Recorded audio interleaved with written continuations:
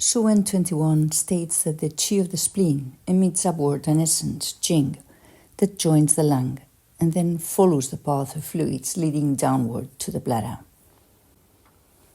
Therefore, the main function of the lung is to disperse to the skin, to the kidney, and to the bladder. It regulates the water pathway. The lung is called the master of breath, the root of the viscera, or the upper source of water. It ensures the downward movement of fluids while clarifying waste and feces, solid fraction evacuated by the large intestine, and liquid by the bladder, through the process known as the descent of rains. The suggested acupoint to favor this descent from the lung is lung 1, its moo point. Assuming you are all familiar with the function of diffusion, Zhongfu, and descent, Shujiang of the lung, let's discuss some aspects that are probably less known. The ideogram for lung is Fei. It represents a climbing plant that doesn't straighten up but extends horizontally, dividing its branches infinitely, fractally. In its horizontal development, it covers the largest possible exchange surface through a network of interconnected fibers. In doing so, these fibers selectively separate and unite an interior and an exterior. Thus, the lung promotes an exchange between blood and the aerial environment. Also, consider the lung's relationship with the skin, this kind of network that covers and allows exchanges with the outside by emitting, absorbing, and breathing in relation to the surroundings, while delineating the territory and bodily substance. I'll try to briefly summarize some profound functions of the lung Zang. It is an organ that receives qi from the heavens and, at a psychic level, transmits justice, clarity, peace, and order. In harmony, the metal subject, lung, is an upright and loyal person with a sense of loyalty and duty. Therefore, in pathology, hypersensitivity to injustice and cruelty can be found in connection with this sense of justice. When exaggerated, it can also lead to moral rigidity and intolerance.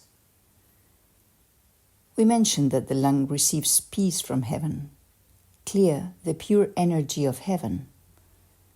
This celestial transmission gives the subject the idea that life has meaning in itself. So a subject with a well-balanced metal feels connected to life and finds satisfaction in everything it offers. In contrast, a person dissatisfied or searching for meaning in life may resonate with the lung. We also mentioned that heaven transmits order. Remember that the word cosmos means universe in order. By receiving qi from heaven, we are receiving what comes from above. Analogous to the Jing lines of the meridians running through our bodies, symbolically coming from above, the lung transmits the order of heaven and reproduces it in us, especially through rituals and disciplines. Remember that the lung was the one who administered and ordered the breaths.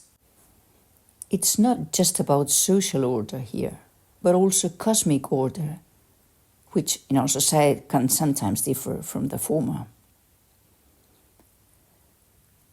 Subjects with a metal imbalance may therefore be disordered and undisciplined, anarchic. In the playlist of the extraordinary meridians, we had seen that subjects of the Yang Wei Mai could also be disorganized and anarchic. So let's not try to stick to a single concept, but broaden our diagnostic possibilities. Conversely, a very disciplined person, too attached to their routines, might also be an expression of a pathological metal movement. In clinics, let's not forget that we can find symptoms in both extremes, from a deficient affirmation of the metal movement, or just the contrary, an excess of it. From this reception of celestial tea, the metal subject also has a significant relationship with the father. Note that in this case, it's not from the Zang, but from the heaven, because the lung receives the influence of the father from there.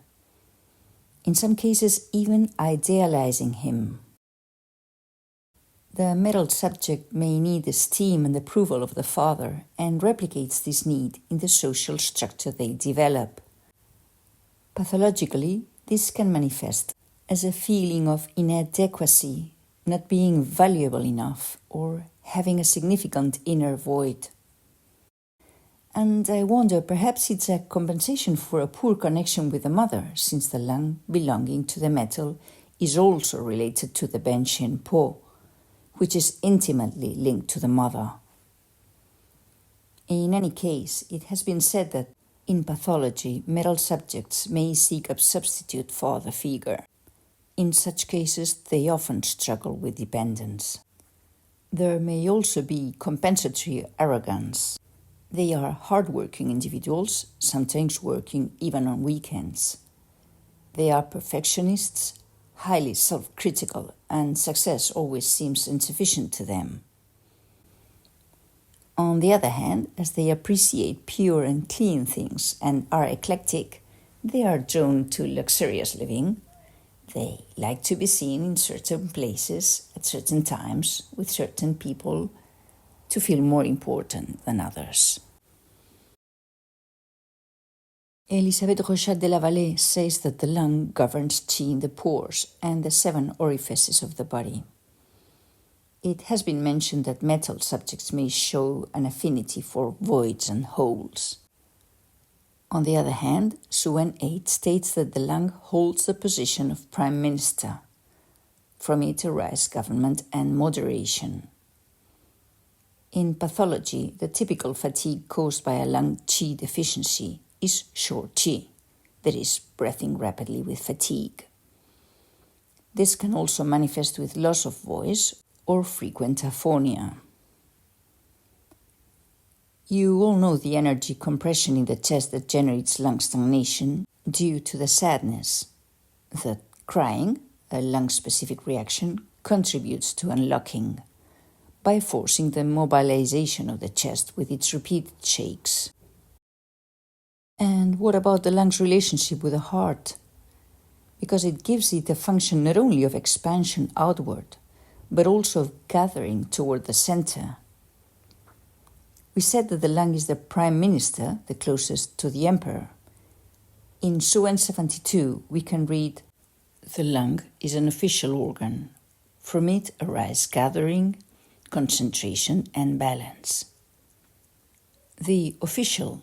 This description emphasizes the imperatives of collective discipline and a rigor that is equal for all. These are the values inherent in military and administrative positions. Indeed, individuals with a metal lung typology tend to be drawn to such jobs in the administrative or judicial field. But let's get back to the relationship with the heart. This lung function we're discussing, gathering toward the center, is less known and seems related to the circadian cycle. Between 1 and 3 hours in the morning, when the lung energy predominates, the so-called morning audience of lung breath occurs. This function is represented by the acupoint Lung 1, Zhongfu, Zhong meaning center, which is an acupuncture point that draws lung energy toward the center of the chest.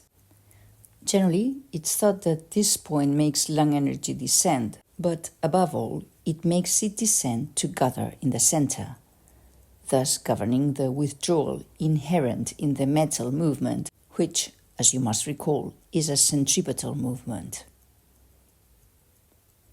The harvest of yin substances in the chest, which is an exchange area, and their accumulation strengthens the spleen, so we can say that the lung and the spleen maintain a heaven-earth relationship. The gathering of their energies promotes, on a physical level, both breathing, which the kidney will then receive from below, and digestion. If qi does not return to the center, yin substrates are not conducted there. Pathologically, this alteration can manifest with signs of fullness of yin in the head, upper limbs, or extremities. This function of gathering towards the center of the lung has also a psychological aspect. Lung 1, Zhongfu, is a mourning point. And why does it help overcome grief? Because it allows gathering energy toward one's essence, separating from the external, even from ties and attachments. Clearly, its energy is autumnal. Therefore, the lung is likely an organ that predominates towards maturity in life. Psychologically, it favors a return to the essential. The texts say, in autumn, heaven withdraws and earth shines. And it seems beautiful to see how this conveys the idea that the breaths of the lung are redirected towards the center, where the spleen and the heart are in the whooshing scheme. Earth shines and heaven withdraws. The peak of yang has passed indeed. The function of lung's descent, Shujiang, is defined in the texts as the roof of the viscera.